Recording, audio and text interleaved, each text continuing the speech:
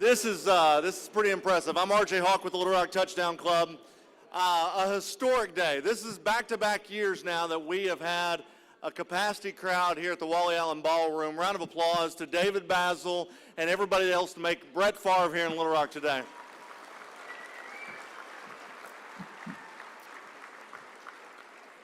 Okay, with that being said, if everybody will turn their attention to the back of the room, Debbie Wyman and Wes Sutton, they said they were almost there. We're going to give Brett Favre, he's going to make his way in the back of the room. We're going to give him a big Little Rock welcome when those doors open up. He's been to Little Rock one time. And you need to say something? Yeah, by the way, this is the 20th year of the Little Rock Touchdown Club. We've had 250 speakers. This will be the first speaker that walks in shorts and a T-shirt.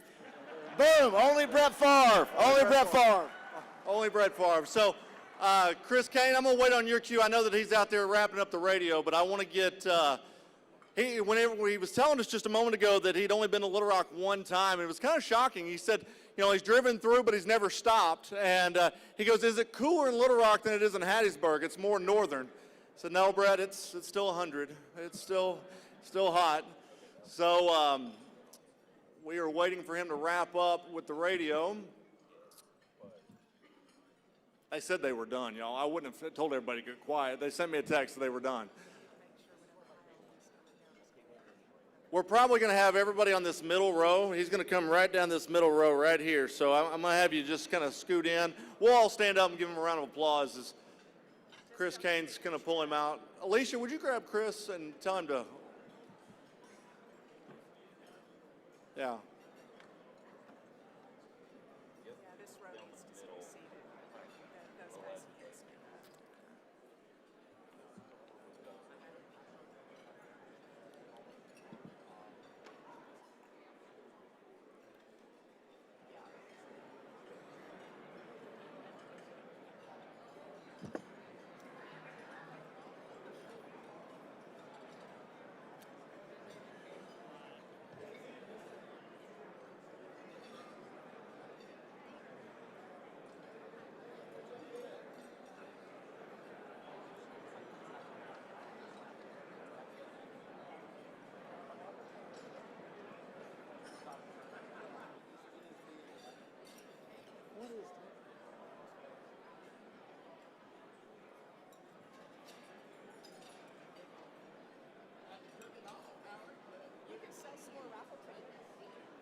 Hey, by the way, if you want these banners that are down here, if you want to get a raffle ticket, we're going to be auctioning these banners. We've got 2 of them.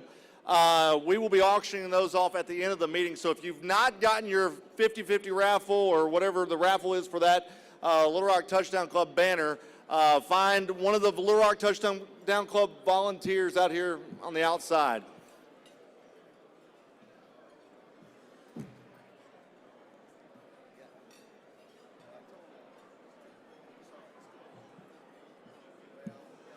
All right, ladies and gentlemen, if you'll move your attention to the back of the room, let's welcome NFL Hall of Famer, former Green Bay Packer, Brett Favre.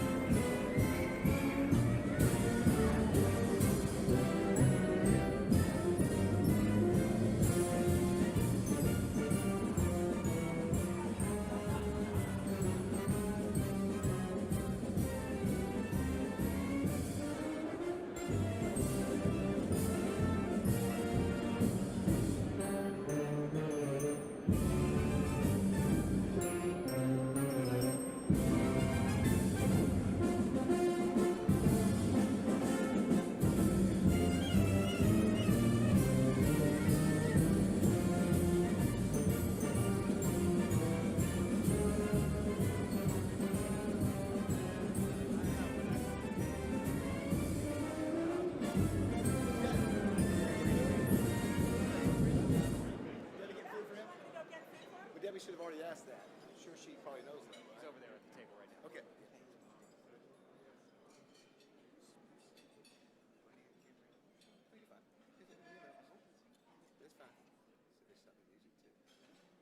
That's fine. All right, we'll allow everybody to keep coming in. What a great day this is.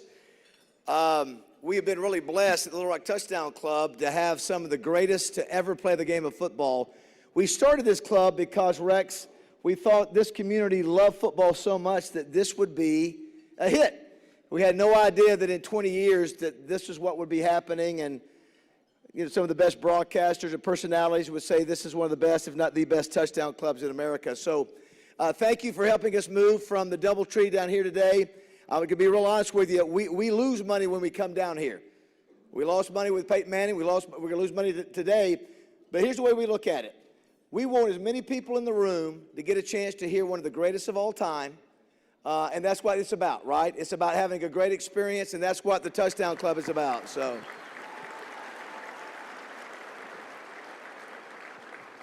really appreciate Brett taking time to be here.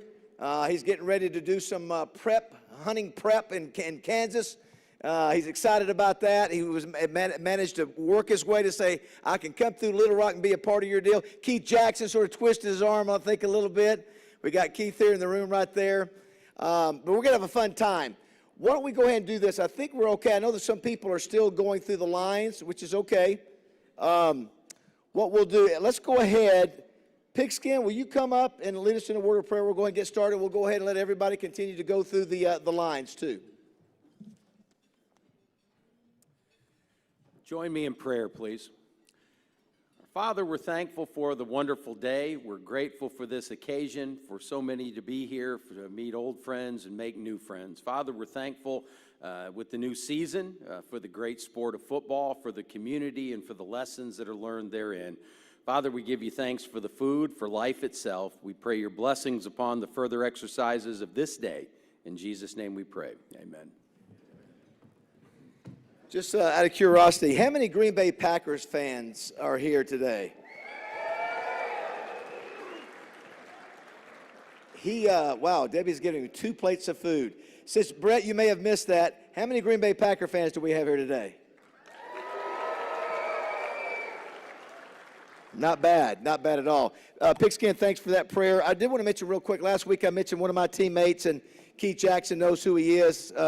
Daryl Mason passed away last week, and I did not realize that he was the brother of Jesse Mason. And so my apologies, Jesse. I had no idea that he was a great teammate, one of the great tight ends at Arkansas, one of the great tight ends at Parkview, so I just did want to mention that. I want to remind everybody to mute your phones if you could. You can watch online at myarkansaspbs.com. LRTouchdown.com, Touchdown Club YouTube page, Facebook, Twitter, 1037 The Buzz. You can listen live there. So pretty much is that if you want to hear Brett Favre today or see him, you're going to get a chance to do that. Has anybody noticed that some of the fight songs that are being played, do you like it? Well, there are some that you probably don't like. So, Brett, the way we do that is that anybody who's a speaker coming in, we usually play either their college fight song, for Green Bay. We didn't play Southern Miss. We played the Green Bay fight song, which I think is Go Pack Go. But there is one that I just have to do this. It's the Texas Longhorn deal, but for Colt McCoy. But anyway, if you wonder that was the case. Hey, thanks for everybody who's joined. If you haven't joined, and I encourage you to do that. Every little bit helps. For the 15-week schedule that you do, the memberships are not real expensive. Also, the ones that allow you to vote in the College Football Hall of Fame. Dan Hampton's going in this year because enough people voted for him going in. So if you haven't joined, join those ones where you can also vote at the Arkansas Sports Hall of Fame or the National College Football Hall of Fame. Let's go ahead and thank our our sponsors real quick. I do want to thank here at the head table Chris White and Jay Brogdon. Simmons Bank couldn't do it without you guys. They were involved in obviously going to get Brett today on the front end. We could not be where we are. We couldn't be one of the best touchdown clubs in America if not for Simmons Bank. And so they have helped us raise the bar like no other sponsor in America. So Chris, Jay, thank you so much for your support. Stevens, this is the first year we've had Stevens involved, and I think it was last year when Warren Stevens and Warren Simpson came in and go, we need to be involved with the Touchdown Club. I want to remind everybody, next week, Rex, have you ever been in a Formula One racing car before? No. Next week, from September 5th to the 22nd, they've got Beyond the F1 Circuit, Artistry and Speed with Williams Racing. Is an exhibit at the museum right down the street here. They've got a Williams racing car and a driver's race suit and helmet. So check that out. The Buzz will be broadcasting there. So thanks to Stevens. We appreciate them. Oaklawn Hot Springs, saw Wayne Smith today. I was introducing Wayne to Brett and his buddies to say, you guys need to make a trip to Hot Springs and enjoy the casino and enjoy the horse racing. And I think they might. They're a fun group of guys. Also looking forward to making my bets, Zach, here soon. This week, this will be the first week. I'm glad I did not bet on Georgia Tech, Florida State. I'm not sure if I'd have gotten that one right or not, but thanks to Oaklawn Hot Springs. We appreciate them. Wright, Lindsay, and Jennings, appreciate all the folks, one of the best law firms in America. Also, y'all know Judy Henry has been the cornerstone for us in our relationship with Williams, Wright, Lindsay, and Jennings. Her son, got to give congrats to Joseph Henry. He's the offensive coordinator and assistant head coach for Florida A&M. They played this past weekend, came back from a halftime deficit to beat Norfolk State 24-23. So great job there, Joseph, and proud of him. Exactly right. Let's give him a round of applause. He's going somewhere. He's going somewhere. Also, some great news from our next sponsor, Crane Automotive. The Crane Automotive team has purchased 500 tickets for the Razorback game at War Memorial Stadium and has donated them to the Boys and Girls Club of Central Arkansas. Yes.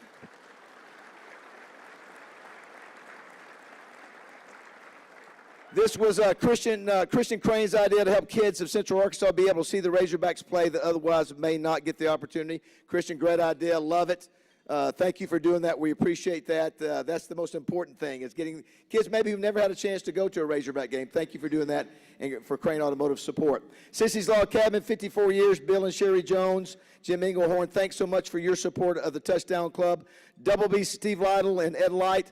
Couldn't do it without you. 34 locations throughout the Central Arkansas and Northeast Arkansas. Thank you, Double B's. Summerwood Sports, the Hendricks family. Couldn't do it without you. Their sports complex, Summerwood Sports Complex, is one of the best in the nation and continues to grow. Roller Funeral Homes, Renata Jenkins Byler, 24 locations across the state. No one will take better care of you and your family than Roller Funeral Homes. Advantage Service Company, One Call Does It All. I will mention Kevin a little bit later, Kevin Brooks, for a very special introduction we're going to make that you're going to love. But thanks to Kevin, thanks to Advantage Service Company. The Arkansas Democrat Gazette, Wally Hall and Amanda Copley. All 20 years they've sponsored us. We will start, Amanda, with our All-Arkansas Preps Player of the Week next week, I believe, because high school football starts this weekend, thanks to the Arkansas Democrat Gazette. The Hatcher Agency and Twin City Limo. Greg Hatcher is up here to my left. He's also been very involved in helping us get Brett here and to his next stop. But also I want to point out real quick, Greg is to my left. His son Lane, and if those of you that have been a Touchdown Club member for a while, so we have honored Lane. Lane, we honored you, I think, back when you were maybe a sophomore in high school at PA. And I was telling Brett about some of the numbers on Lane. He finished his career as the Arkansas High School football's all-time leader in passing yards. I think you were number one in the nation. 15,483 yards in his career, 185 touchdowns, 4 state wrestling championships. Then he goes on to play in college, over 10,000 yards passing in his college career. And so, Lane, we're glad to have you now with us. As a businessman, you can see him looking great. But I want to give a special round of applause to Lane Hatcher and Greg Hatcher.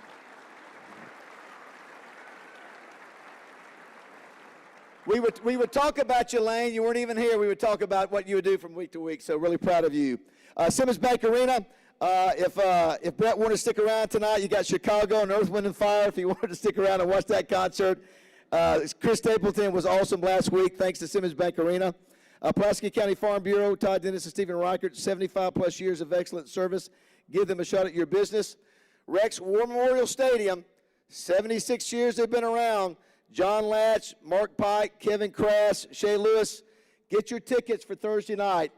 We don't get many of these games, and if you're not going to go, buy some tickets for somebody that can go. Buy some tickets for somebody that can go. We appreciate War Memorial Stadium's support of the Touchdown Club. Arkansas Urology is National Prostate Cancer Awareness Month. Guys, get checked. They screen more than 5,000 men at their kickoff to Men's Health. Please be a part of that this year. Thanks to Arkansas Urology. They also sponsor our live broadcast that Brett was on just a minute ago. 103.7 The Buzz. Appreciate Roger Scott and Justin Moore, Josh Neighbors, our show in the morning, Morning Mayhem, for sponsoring me with this touchdown club. And thanks to Terry Mayhem and Justin Acree for their support. AY Media, AY Magazine, Arkansas Money and Politics, Heather Baker, thank you for your passionate support. Arkansas PBS, raising the bar with what they're doing with our broadcasts each week. Some of the most talented people in broadcast taking care of us each week. The DoubleTree Hotel, thanks for allowing us to come down here and make this work. Couldn't do it without you. And JF Media and Marketing, Alicia Flynn and Jeremy Flynn doing a great job with all of our social media. So that's a lot of sponsors, but we can't do guys like Brett Favre without all those sponsors. So let's give them a big round of applause, if you will.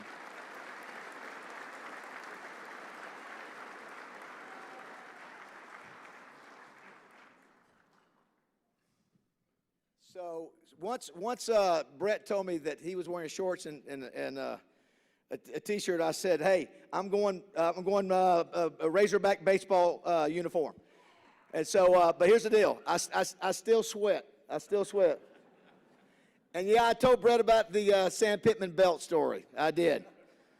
It's okay, Brett. You know, look how good he looks. Look at him. He looks like he can still play. He's got veins in his arms. Look at him. He's all lean. Talk about how far he biked the other day. I think he biked 100 miles somewhere the other day or something like that. And you just. It doesn't mean he can play. That's right. That's okay. I do want to thank Dwayne Duncan, our photographer, over 10 years, Chris Kane and R.J. Hawk for their support of the Touchdown Club, our amazing volunteer team, the best in America, Debbie Wyman, our executive director. Let's give those volunteers a big round of applause, if you will. So these two? All right, so here's two winners of the giant, what would you call pop-ups of Brett Favre, brought to you by Rockstar Passes. Here's the number. You win it, 04, and they're signed by Brett, 041008. 041008. Do we have a winner?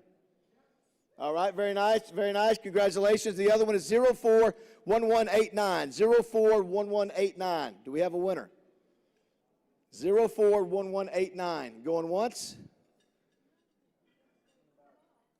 I see a hand back in the back. All right, come up and claim your, give them a round of applause for.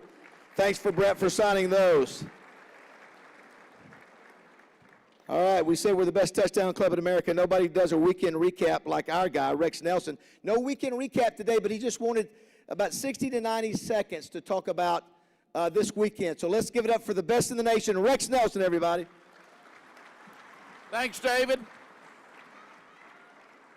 And finally, the week we have been waiting for, college football season starts in Arkansas. Thank you for coming out today. We really appreciate it. As David said, Brett, this club is an amazing story. We started with 17 people 20 years ago. We have built what many now say, and you can look around this room, is the top football club in America, here in a city of 200,000 people. And what I wanted to say very quickly today is something serious. And I usually don't get serious up here, as you know. Football's fun. And I try to keep it fun, and we'll have fun with the recap next weekend. But something very serious. And that is, we are the Little Rock Touchdown Club. We want college football to stay in Little Rock. And if college football is going to stay in Little Rock, it's largely going to be up to the people who are in this room today. You are the fans. So I want to challenge you to do something. When you leave this room today, go online and buy 3, 4, 5, how many you think you can give away, tickets to Thursday night's nationally televised game. We need that to look good. We need the stands to be full. Excuses are easy, and I've heard all the excuses. It's a school night. It's hot. Hell yeah, it's hot. It's August in Arkansas. Is that something new? It's not going to be close. No, it's probably not going to be close. But we exist to support football, all the programs, and we have a chance to support our flagship university and our public HBCU program at the same time. So Go order those extra tickets. I know you've already got yours, but go order those extra tickets and give them to friends and relatives to introduce them to the joy of college football. And then there's an amazing thing that's happened this year. In a 3-day period, you have a chance to see all 4 of our Division I programs here in the state of Arkansas. So plan a road trip to Jonesboro on Saturday and see Arkansas State against UCA. Like I said, and especially on Little Rock games, it's not going to happen in the future unless you make it happen now. So get out of the house, get off the couch, and do what my family's going to do. Go see not 1, but 2 college football games this week. We're off and running. Football season in Arkansas. Thanks for your help.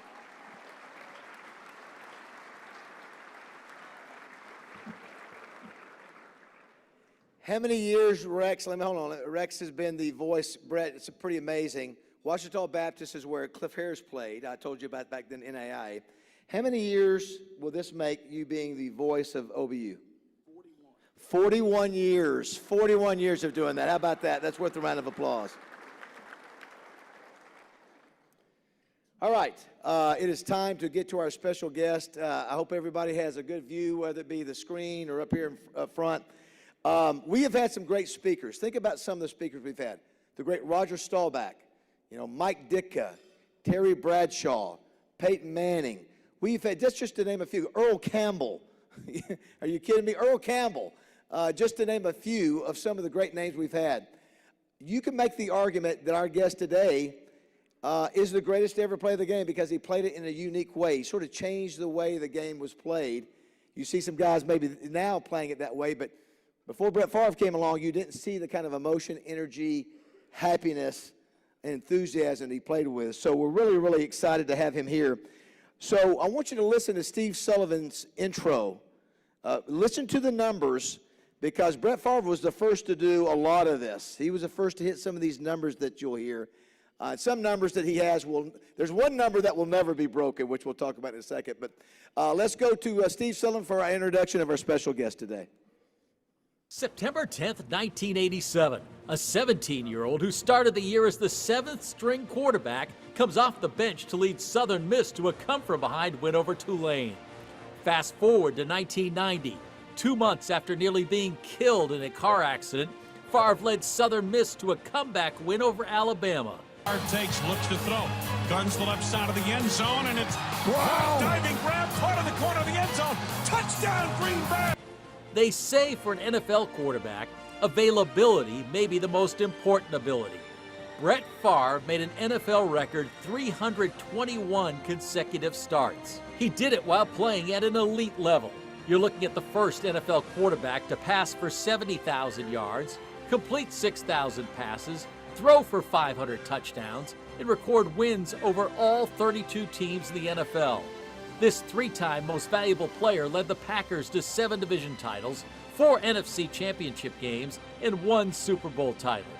Please welcome the former quarterback for Mississippi's Hancock North Central High School, NFL Hall of Famer, Brett Favre.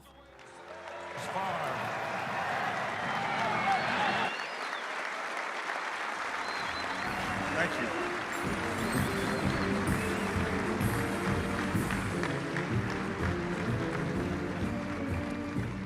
Thank you. All right, it's. I was telling Brett. I said, I know you get these reactions in Mississippi and Green Bay and all the places you go, but never been to Little Rock. And how about this? I mean, we had to move venues for folks wanting to come see you. This is awesome. Very impressive. As long as I get more than Peyton Manning. I will call Peyton right after this and say I had 500 more people than you did. Now, Peyton's a good friend. Yeah, he was great last year. One of the things I want to do right off the bat, 2 things. I want to introduce your guests that are here with you, your brother Scott Favre and your good buddy Lloyd Nico. If they would stand, I had no idea where they're sitting, but stand. Let's give them an Arkansas welcome.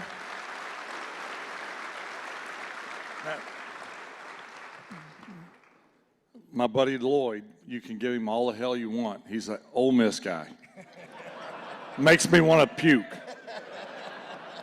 But I love him. But. And your brother is funny. We were talking on the plane ride down, and do want to thank again Simmons Bank and for doing the extra, and Greg Hatcher for making this work. But you guys love talking football. You know, Lloyd played, your brother played. It was sort of what you grew up doing, so it's fun to talk about it. Yeah, well, my dad coached high school football. He was the head coach at Hancock North Central for 35 years, and we often tell a story. So Scott, my older brother's roughly 3 years older. My dad, for some reason, threw a lot with him. Then I came along, and he ran the wishbone, and I think I threw for 200 yards. Nothing near what Lane threw for. And I think the 200 yards were probably broken plays that were run plays. And then my younger brother came along, and he threw it again. So, you know, if my dad were here, he'd say, it worked out pretty good for you, didn't it? It worked out okay. It did. I can't argue with it. But, yeah, we all three played for our dad. It was a small school back then, graduated about 100. Well, we're glad to have him here. I think the next thing I want to do, you know, I was talking on the plane about, and I've told my friend Justin Moore, who's, you know, got 12 #1 hits, and talking about how celebrity and fame and success allows you to do special things for people, which aren't a big deal for you, but really mean a lot to others. And so thanks to Kevin Brooks, he sent me a Twitter video of, it was back in, I think it was around October, I think, in 2022. So let's take a look at this Twitter video, if we can, Anita, of Brett Favre saying a special hello to a young man by the name of Cole Bright. Hey, Cole, it's Brett Favre. Look, I want to thank you for being a fan, but I'm a fan of you. You keep fighting. You're an inspiration to so many, and a lot of people are pulling for you and praying for you. So keep the fight going, my man. We're pulling for you. Brett Favre sent you a video. Amazing. Wow. What do you think? That's so cool. I can't believe it. Isn't it awesome? Yeah. So thank you, Paige. Thank you, Paige. So Cole, yeah. So Cole had osteosarcoma, which is bone cancer in his wrist. 1 in 3 survive.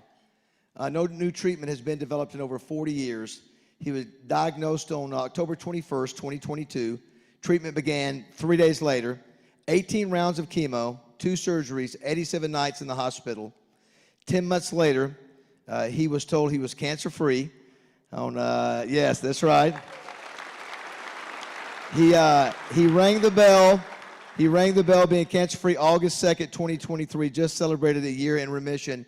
And the best thing is that Cole Bright and his parents are here today. Cole, stand up, but can we turn up the lights? Where's Cole at? Where's Cole at? Where's he at? Come here, Cole. Come here. Come here. Walk up there. Walk up there.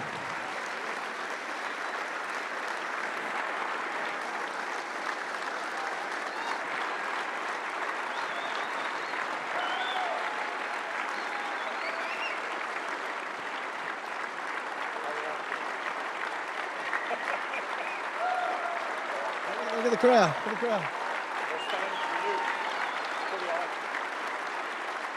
So we just wanted to say congratulations on beating cancer. How cool was it to have Brett Favre in that video? Ooh, it was something. I mean, Not as cool as it is to be here with you right now. yeah, I mean, I didn't even know what to say then. I mean, like, it was like, I always, he's like, well, he's always a person that I kind of looked up to, and to have a video from him, it was something that really helped me, like, have the energy to, like, push through it and get through the tough times that I had, and it was hard, but just the people that were there for me, such as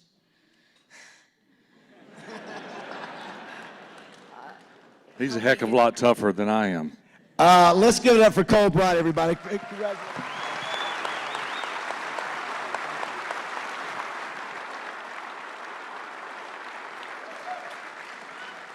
I say too.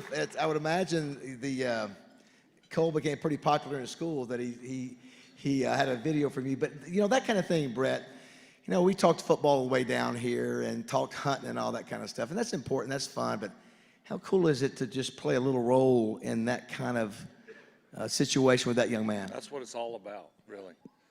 Me and my wife, when I was with Green Bay, every Friday we would have a Make-A-Wish kid come in. And Scott obviously can attest to this. My mother for 35 years, was a special education teacher. And we just learned a long time ago, you know, that first of all, you know bigger and better than anyone. And, you know, doing things like that, that's, you know, to make a difference in someone's life. And not really have to work too hard for it is really a special thing. Yeah. Great to see that great head of hair on that young man, Yeah. too. So the girl's going to be chasing him. The other part that was neat about you coming here is that you were excited. And one of the reasons you're here was we made the connection, obviously, through my old buddy, Keith Jackson. And let's take a couple look at some pictures. This is you and Keith playing ball. I love this. Look at what a stud number 88 is. That's Keith right there to the right. What a stud. Let's go to the next one there, Anita. So that's obviously you completed a touchdown to Keith. He's happy about that. He probably ran the wrong route. Well, I say wrong. It worked, so it was right. This next one was from his Super Bowl, y'all's Super Bowl. I thought that was great. That was, you talked about Keith is known having played for the Eagles and the Dolphins, but that was a Super Bowl that meant a lot to him. And let's give our man Keith Jackson a big round of applause for he's here right here.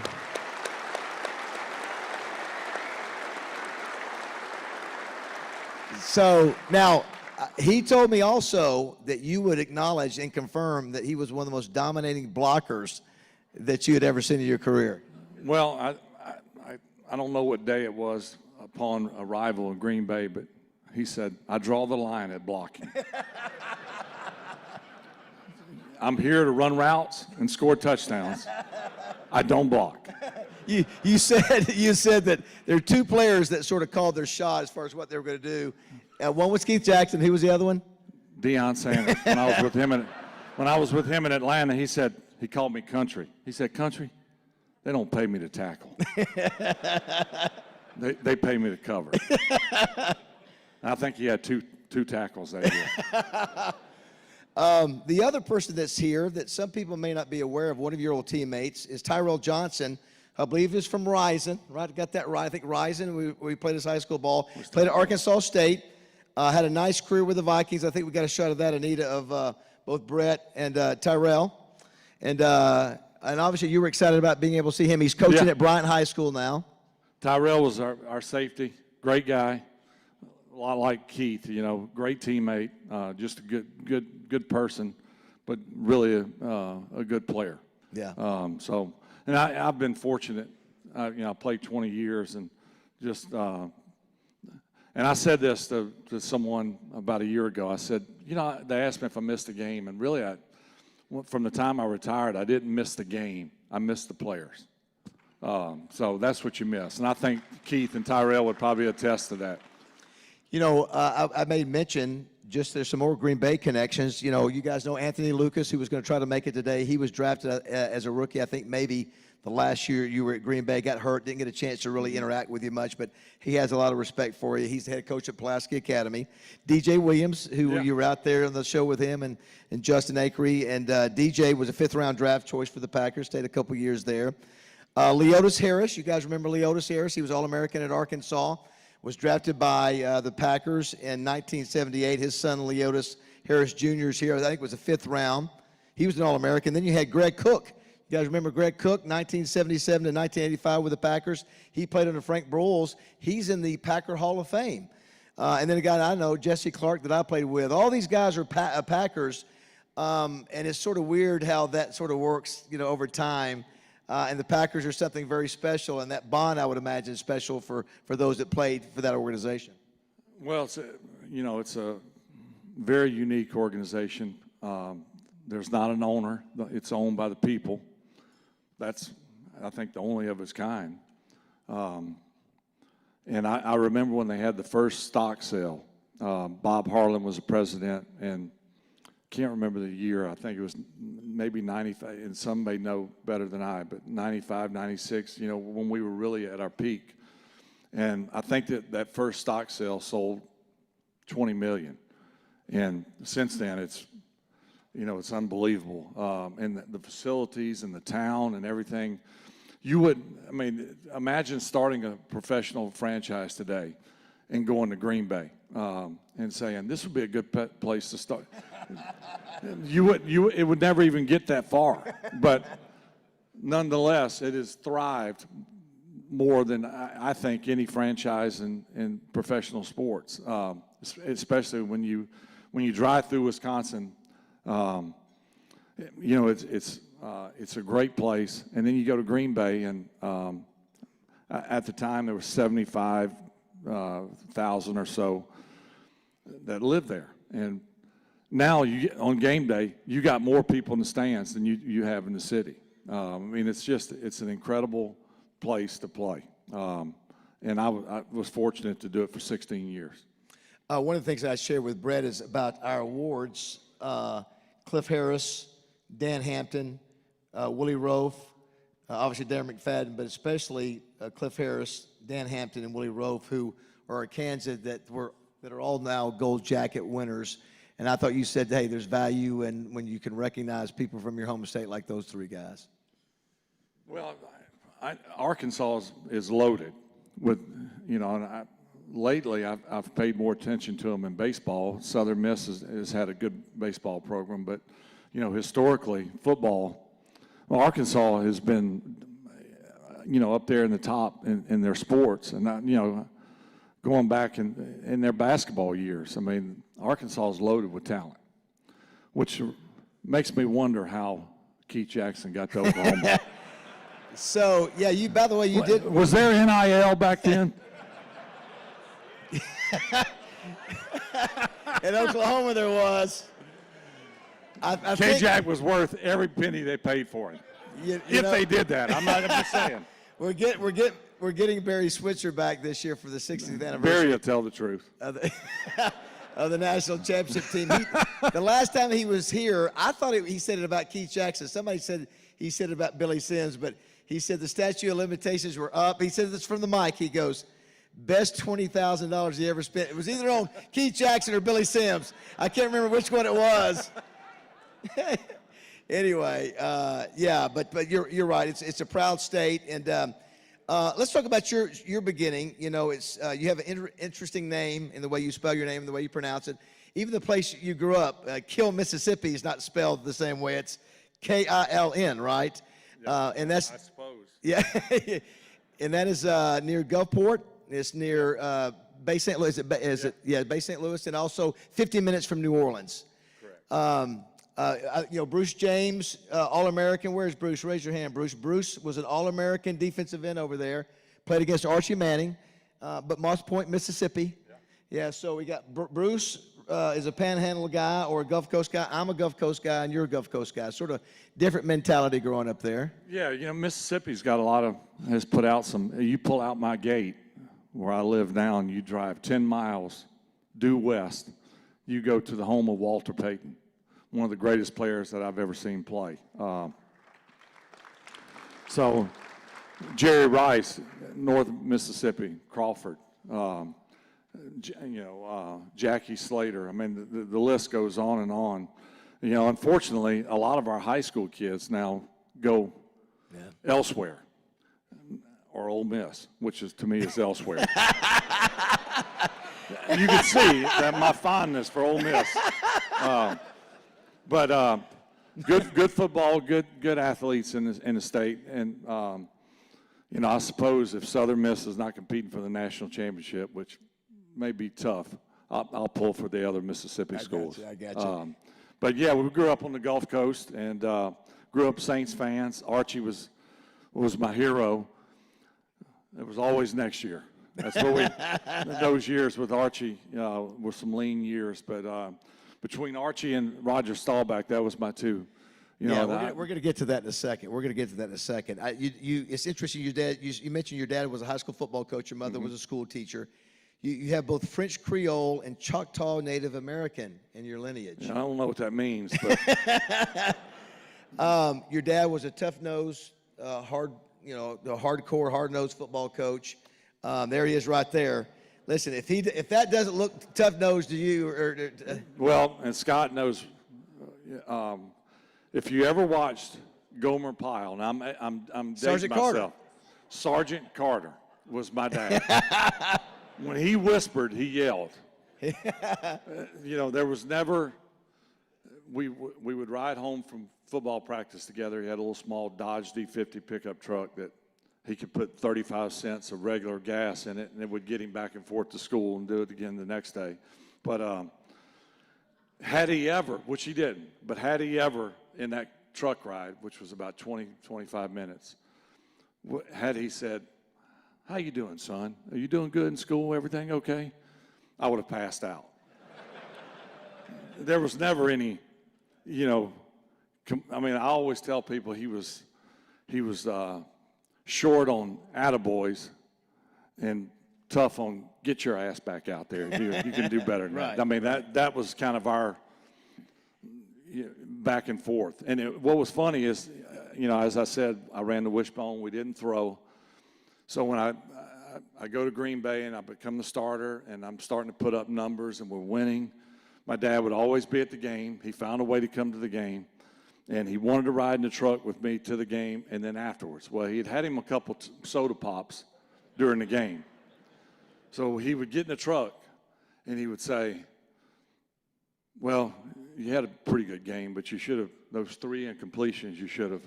And I would say, "Dad, hold up. You never threw the ball with me, but you're going to tell me how to throw now?" "Well, hell, son, I'm just, and I don't want to hear it."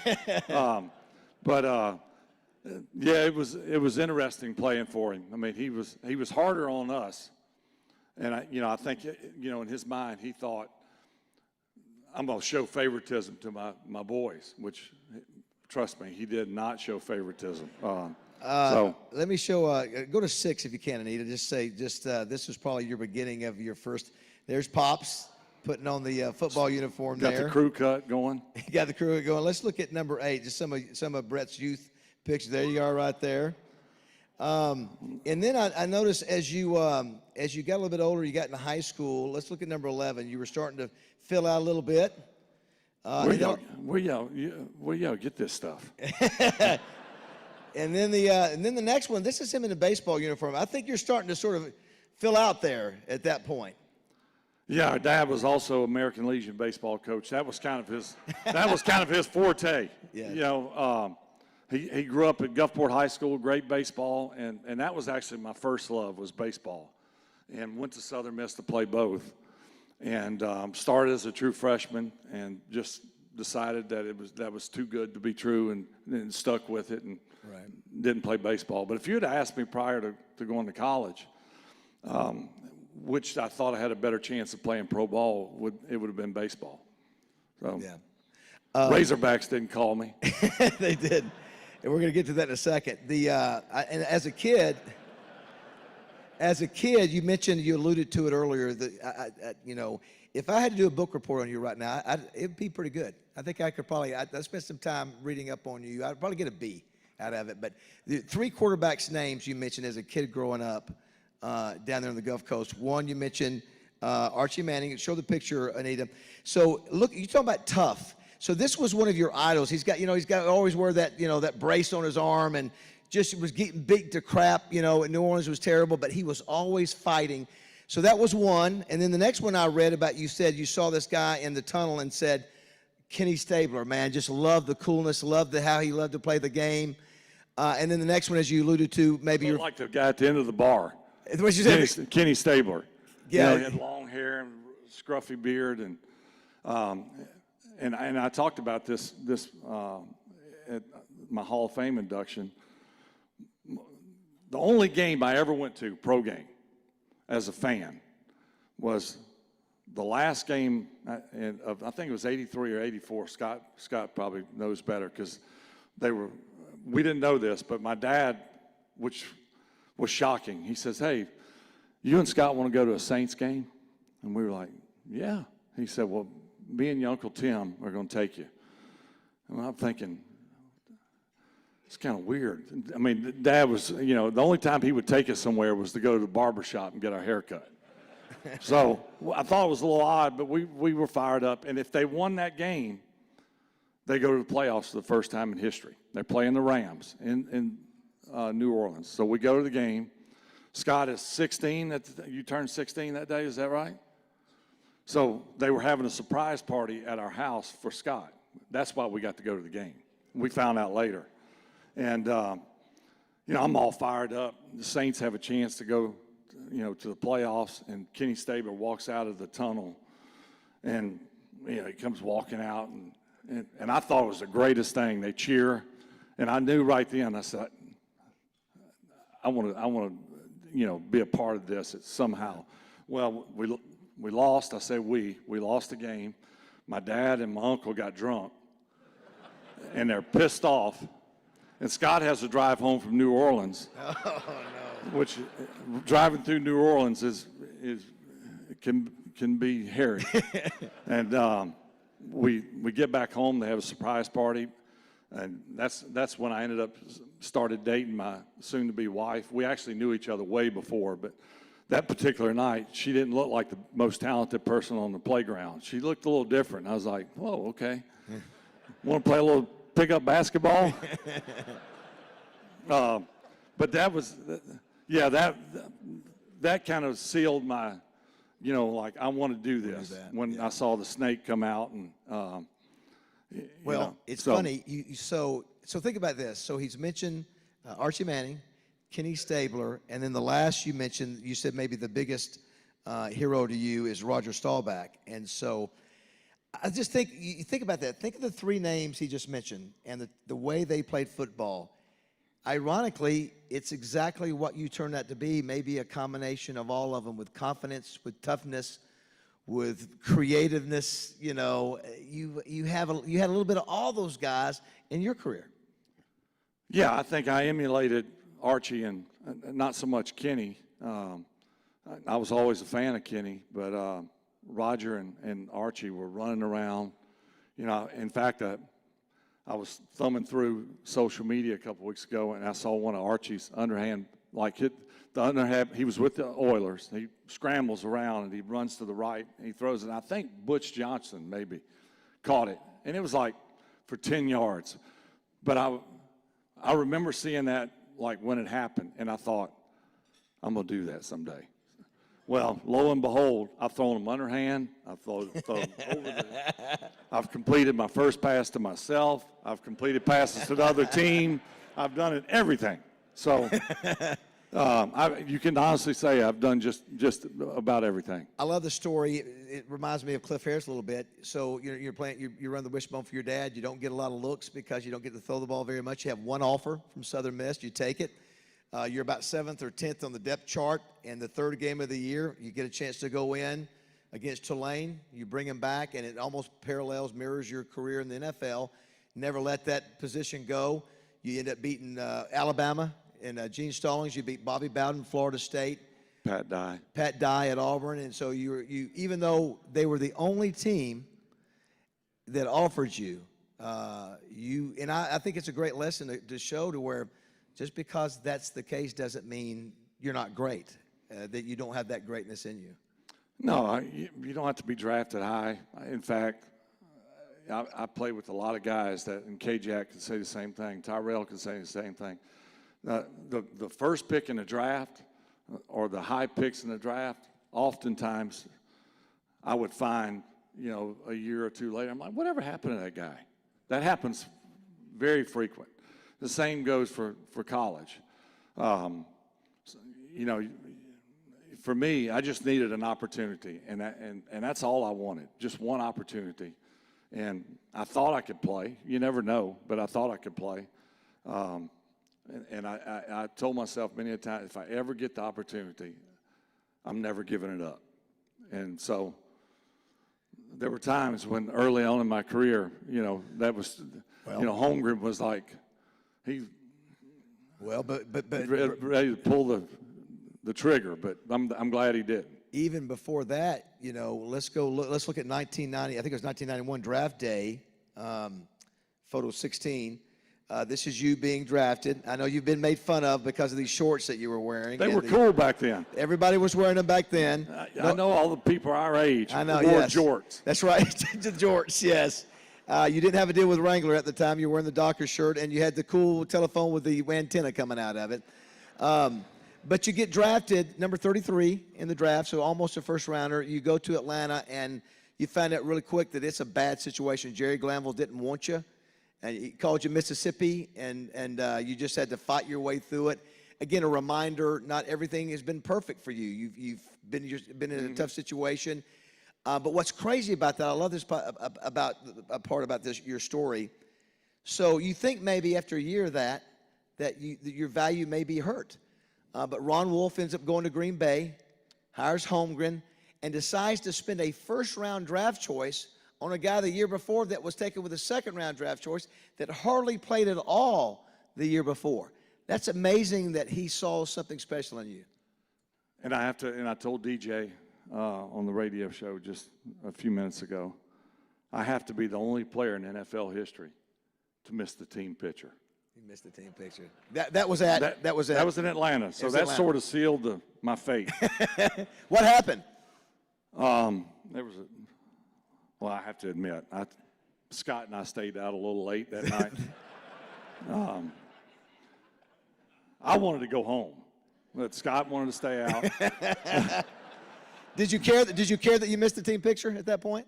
No, I cared, and I remember I had about a 45-minute ride to the Sewanee when it was back in Sewanee, and I lived like 10 to 15 miles away, but with traffic, I knew it was going, and I knew I was going to be breasting the tape as I pulled in. Traffic was a little worse, as I'm driving, I'm like, this is not good. So as I pull up into the facility, Jerry Glanville's leaving out. He had a van, and his wife and his kid were, and I remember thinking, the head coach is leaving. This is not good. And he rolls down the window, and I said, well, there was a wreck. And he said, you are a wreck. and I said, this is not very good. So he treated me like dirt from then on. And I said, okay. So I said, I'll drink as many beer as I want, eat all the hot wings I want. And I gained 25 pounds. Not good 25 pounds, and end up getting traded for a first-round pick and straightened up a little bit after that. I think I want to show this. You go to Green Bay. Green Bay had no success for about 25 years. I think they had 2 playoff appearances. I think won 1 game in 25 years. It'd been since 1967 since they won a Super Bowl. So we forget Green Bay was in a bad place. Yeah. You come in and you have sort of a Wally Pipp moment, just like Brady had with Bledsoe, that Mikowski goes down. And so, Anita, I want us to play and just spend a couple of minutes. So you go into this game, Mikowski gets hurt against Cincinnati, and you have a terrible game. You got 4 fumbles. It was not a good game for you. But yet, at the end of the game, you're at the 8-yard line, 92 yards to go, I think with 1:07 left. And so I just want everybody to watch what happens here and what you saw and listen to the broadcasters, what they sort of say, watch the teammates and how they respond to Brett. But this was sort of the beginning of what Brett Favre was going to be in the National Football League. If we can go ahead and play that, Anita. 1:07 left. Ball is at the 8-yard line. Here, Brett Favre, you want a challenge? Try this one. And Favre completes on first down to Harry Sidney, who gets a little running room and gets out of bounds to stop the clock. You could see the veteran smarts of Sidney. He knew what to do. Ricardo McDonald ran him out for Cincinnati. Brett Favre certainly has his work cut out for him today. So does this man, Mike Holmgren. who will be the real architect of this drive, calling all the plays.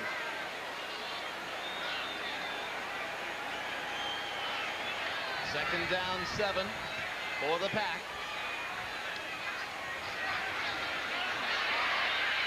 Favre unlooses it and gets it to Sterling Sharp. Watch Sharp with his ribs. He's had rib injuries right there. Yeah. Makes a great catch. Clock's running. Again, got to get the touchdown. Clock running. Sharp is hurt. It's the same injury he had when he scored the touchdown. It's a rib injury. Hard to get his hands up over his head, but he did that to make that last catch.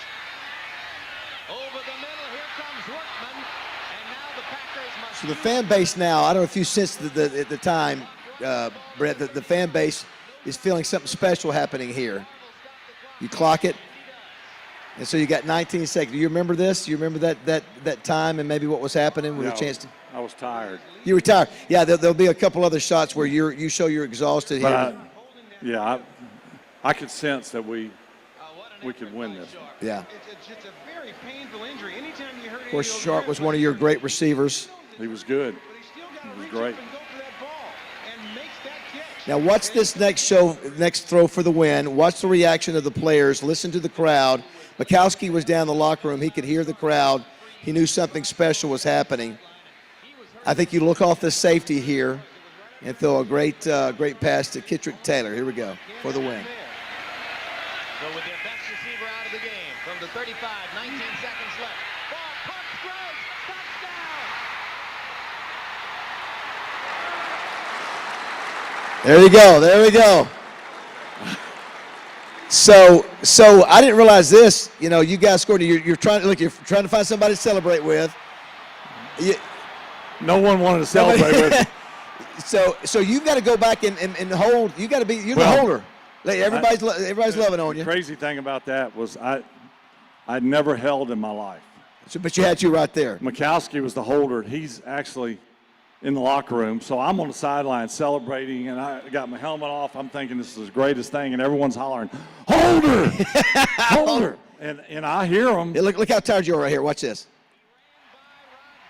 So I didn't know if you were emotional or exhausted here. You're a little bit of both. I was tired. So you go in. You know you got to make the hold I got here. to hold. And again, I had never held in my life. Why they put me at holder, I have no idea. So watch this great throw here.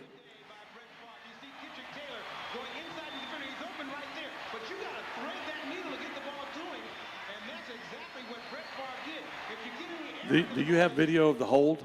Yes, I do. Watch this. This is up next. I thought it was a good hold. Again, here's a great pass. I mean, you can't throw it any better. You held the safety there in the middle of the field, thread the needle, and here's the extra point. And again, here's the celebration, the emotion of Brett Favre that you would see. Guys are running from me. Look. So you're looking for people to celebrate. I want to show one more celebration of the bench, and listen to what the announcer says.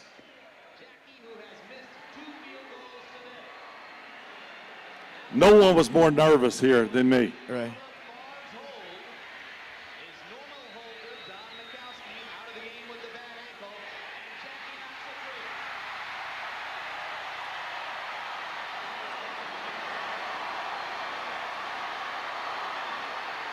So listen, so the crowd, I think everybody there knew. Now watch here, there's one more second here I want to show you of the bench.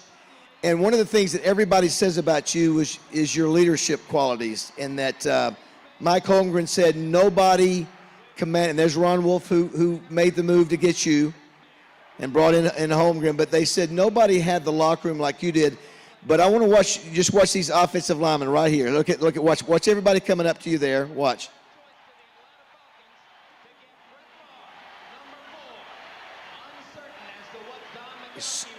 So, thanks, Anita. So, I think that was it. I think that was the beginning of what was going to be an unbelievable run of, 297 consecutive starts and a lot of playoff runs and a Super Bowl win. You know, the funny thing about that, and I thought you were going to show a close-up of the hold. I never had my hands on the ball. You didn't? I did this before he kicked it. Honestly, it was the first time I ever held, so when I put the ball down right before he kicked it, And when Holmgren heard about that, he said, "What are you doing?" I said, "I didn't want to get kicked." And he said, "Name a holder who's been kicked by the kicker." I'm still trying to find one, but anyway. But the funny thing about that game, and I don't want to say the actual word they said, but when I got in the huddle the first time, so Mikowski gets hurt, and I think it's right before halftime or right after halftime, I can't remember. So they go, "You're going in." So I go out there. I'm full of piss and vinegar, as you can see. And we're down 17-3, but I thought, no big deal. So I get in the huddle, and I go, and all 5 linemen were in their 30s. They're grumpy, and if you're familiar with linemen, they're grumpy. They moan and complain, and especially in their 30s. These guys, they want to run the ball and leave them alone. So I get in the huddle, and I said, "We're going to go down and score." And they said, "Shut the F up." And call the play. Call the play.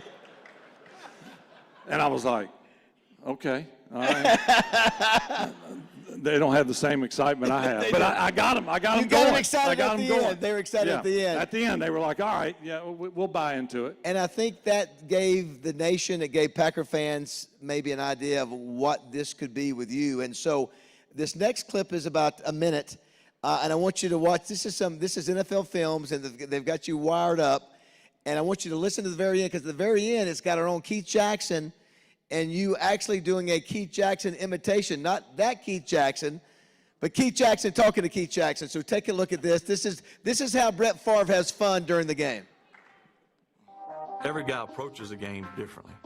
Some bang their heads against the locker. Some are quiet. They hide before a game. Some have to get there 6 hours before, can't eat.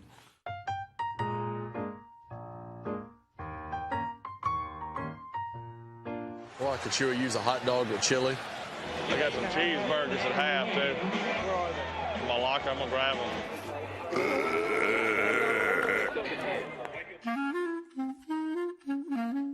I know when we started playing the game or leading up to it or in practice, I like to joke around, have guys feel relaxed. You think God never farted? I want to get freaky with you. Every move you make. I think every player needs music to kind of, get you going before a game.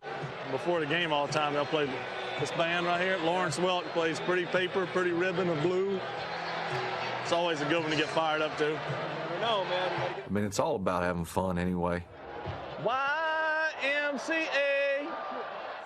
And we rely on each other. Keep on going, okay? To another. If you play tight, it makes you lose focus and forget things. And if you just play loose like you do in the backyard, that's what got you there. Keith Jackson. Just the other morning I had breakfast at Tracy Rocca's house. His mama brought out 15 flapjacks. He said, "Mama, take back 5 of them flapjacks. I got to stay hungry for the Crimson Tide." Absolutely. That is Keith Jackson talking to Keith Jackson about Tracy Rocker. Outstanding. I mean, when you see that stuff, you think maybe I should be doing the Manning cast and make it be a Favre cast instead of the Manning cast. They can't say we didn't have fun. That's for sure. We had a lot of fun. Walt Coleman, I don't know if you remember who Walt is. He called several of your games, Yeah. and Anita, I think we've got, there's Walt right there. He said you were by far, more than any other player, a guy who had more fun playing the game than anybody else. He said he remembered one play in particular where you were running out of bounds, and a lineman came over to knock you out from the opponent's team, and he thought it was definitely roughing you, unsportsmanlike conduct, through the flag. And little did he know that he was reviewed the next week, and it was actually you were the one that did the roughing of the defensive lineman. You were the one, but he got a mark. He got a negative mark for making the wrong call on that. But he said that's just the type of player you are. I'm not opposed to throwing an elbow in there every once in a while if I can get by with it. Now, this week, I don't know if you guys know this, but this Thursday night, I believe, Netflix has a special coming out called Concussed. And I don't know all the details about it, but I know that there's a picture of it right there. Painted a protocol, concussed. I know I've read where you've said, if you evaluated concussions the way they do today, back when you played, you would probably had over 1,000 concussions. So talk about what that show is going to be about and your struggle having to do it. It's a documentary. And in fact, I had someone send me, right as I was eating, a 16-year-old quarterback in Georgia just recently died from a head injury in a game. So concussions are serious. They're very serious. And yeah, we look at them differently today, but we still, the same problems still exist. We don't really have a treatment. Helmets, like, I don't know if any of you ever saw the movie Concussion. Will Smith was in it, and he portrayed Dr. Benjamin Amalu, who was, I think, a coroner at the time in Pittsburgh, who discovered CTE. So I'm actually talking on a conference call with Dr. Amalu, and I asked him, when's a good time to play tackle football? And he sort of chuckles and he says, never. And he said, not to get very technical with you, but he said, the human head is not designed to do what a woodpecker, he used that as an example, and I thought, this is kind of weird, but he said, a woodpecker bangs on a pole in a tree all day, never gets a concussion. He said, the reason why is the brain is sort of built in like a cork. And when the head hits something and stops, the brain stops as well. Where the human head, most concussions, like for me, were when I hit the turf, the whiplash effect. He said, so when you hit something with your head, the head stops, the brain keeps going. So it's not designed, and that's where your bruising occurs. And that was really the first time I thought about it. But I think the NFL has done a good job of rule changes and things like that. But I think that they need to sink more money into finding a cure or a treatment, which we don't have. Can you tell Can you tell from a memory standpoint? Can you tell it is affecting you at this point? It's hard to say, and I say this jokingly. When you turn 50, before you turn 50, you always hear parents well, you wait till you turn 50, your damn eyesight goes and you forget your keys and they're in your hand, and that's all happened to me. So is it because I'm 50? Is it because I played 321 games? And maybe the answer is a little bit of both. You're seeing more and more guys. ALS is something you see, and I've talked to several different neurologists, and they said the one thing we know about ALS, and it's been around a long time, is the more head trauma you have, the more chances you have of getting that or a neurological disease. So it's really frightening, and I have 3 grandsons that play soccer and baseball, and have been asked many times, will you encourage them to play football? No. If they want to play, I'll support them, but I'm not going to encourage them to play it unless they want to. The other part about that, and it's well documented, and one thing about you're pretty honest about stuff to the point where, hey, sometimes in life things don't go well. You got to work your way through them, and you got hooked on Vicodin, and sort of gave America a heads up what was coming with, the addiction that we have with opioids. Yeah.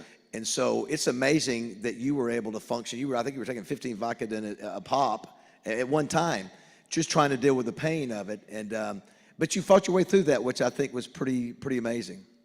Well, I went to rehab 3 times, which a lot of people didn't know this. The one time that people knew about was prior to the year we won the Super Bowl. And you're right, I was taking 16 Vicodin ES at one time every night. And you graduate up to that. I didn't take that. Initially, it was 1 or 2. And Reggie had separated my shoulder in a game in Milwaukee, and that was the first time I took pain pill, and I liked the way it made me feel after the fact. And so it progressively got worse and worse and worse, and to a point, and I've talked about this, and I know people, it kind of grosses me out. Like I would be out in a bar, which that was a long time ago, and I would take these pills, and sometimes I'd be in the bathroom, and I would vomit because I got to where I could, 16 pills is hard to swallow at one time. And I would throw them up and would pick them up out of the throw up. That's the, you know, what addiction can do to you. And I knew at the time, this ain't good. But yet, I had won 3 MVPs in a row, and part of me was like, well, I'm doing something right. But meanwhile, I mean, I was definitely heading in the wrong direction. I had 2 seizures. One was the day before a game, and one was in routine ankle surgery right after the season. And normal people just don't have seizures. So that was really the red flag that kind of got everyone's attention. And people who have suffered with addiction, like myself, you think you're the only one that knows. I really thought no one had a clue what I was doing, when everyone knew that something wasn't right. And I'm just the first stint in treatment. And I went to Topeka, Kansas, a Menninger Clinic, spent 73 days, and told them they didn't know what they were talking about, fought the system. And I'll never forget the day I was walking out. All I remember, the nurse's name was Kim. And I walked out, and I was like, see ya. You know, like, and she said, you'll be back. And I was like, yeah, right. Well, a year later, I was back. And whole different mindset. You know, I mean, it can hit anybody at any time. It could sneak up on you before you know it. And that's what it did to me. A couple things, and then we'll wrap up here. I was reading, Leroy Butler said this about you. He said that Brett was the best teammate, in my opinion, ever, and probably in all of sports, because nothing bothered him, especially not color, especially not a guy's religion or sexuality or anything like that. Here's another one. This is from Mike Holmgren. It said about you. There are a lot of fabulous quarterbacks, but not everyone has the locker room like Brett did. All of his teammates loved him.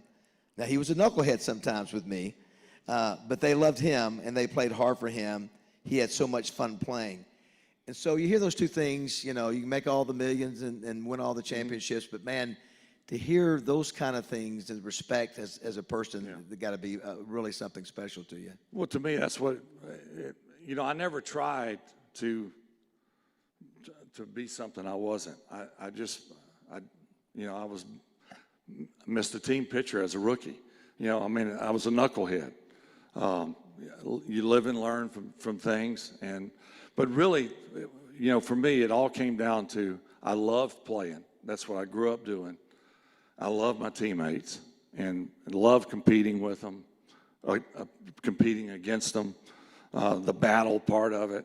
But at the end of the day, I was just doing what I loved, and people appreciated it. It wasn't pretty all the time, I can assure you of that, but very few people complete their first pass to themselves. You know, I mean, I've done just about everything, and very thankful. I played way longer than I ever thought I would. And that's the other thing, you know, I would sit at the breakfast table with guys in training camp, new guys, and I would hear them talking. I'm playing 8 years, I'm playing 10. And like the next year, you're like, where'd that guy go? When you start trying to dictate how you're gonna play and where you're gonna play and how long you're gonna play, rather than whatever happened, happened. And I was happy to be a part of any team, especially when I got to play, and was fortunate to play with some great guys like K. Jack and Terrell, Leroy, played with some great coaches. So, you know, no regrets. Last thing, you know, so many people respect you. You know, here at the Touchdown Club, you know, we'll bring in all kind of folks, and you know, sometimes somebody will say something about it. And one of the things I say is that, you know, we bring people in, we bring players and coaches, whatever, and let our people decide how they feel. Does it bother you that when, you know, in this world of social media, when people judge you and say the kind of person you are, that have never met you, don't know the circumstances, does that bother you, or does it bother your family? Do you let that either? It bothers my girls. But, you know, I mean, it's a different time we're living in, and I think we all can agree with that. That's about the only thing we can agree with. And it's really sad. A lot of the younger folks base their worth off of how many likes they get on social media, and that's certainly wrong. I mean, we grew up in a time, you and I, K-Jack, most people out here, where there were no cell phones. And we often wonder, how in the hell did we get by? We got by pretty good. We manufacture our own fun. You know, it's really more upsetting to my girls. Look, not everybody's going to like me, and that's fine. I try to, you know, do the best I can, but I'm not going to be something I'm not. And you know, and I don't get on social media to see how many people like whatever. If you like me, great. If you don't, so be it. But I'm just going to keep being me. Do you wish you could have played in the NIL era? No. Honestly, I don't, because it worked out pretty good for me. Southern Miss didn't give me a dime. They didn't have a dime. But I think about the NIL and what it would have been like had I, you know, been in that era and would have been popular. You know, the way it worked out for me, no one was going to offer me money. But that's good, because I went to the one place that worked best for me. I got to play pretty much right away. And now maybe that's not the case somewhere else. And the NIL, I mean, you got players making more than the coach. You know, a coach says, hey, get your butt, you need to get in there and start studying. He's like, I make more money than you. You know, I'm not saying that happens. I'm saying that could happen. And I don't know if that's good for college sports, unless they regulate it. And I'm not smart enough to figure out how they do that. But I think you know, the Southern Misses that were competitive when I was there will have a hard time competing with any of the bigger schools these days. I mean, beating Alabama and Auburn and Florida State, I don't see that happening anytime soon, sadly. Ladies and gentlemen, one of the greatest in the history of football. Let's give it up for Brett Favre, everybody. Thank you. Great job, Brett. Thank you very much.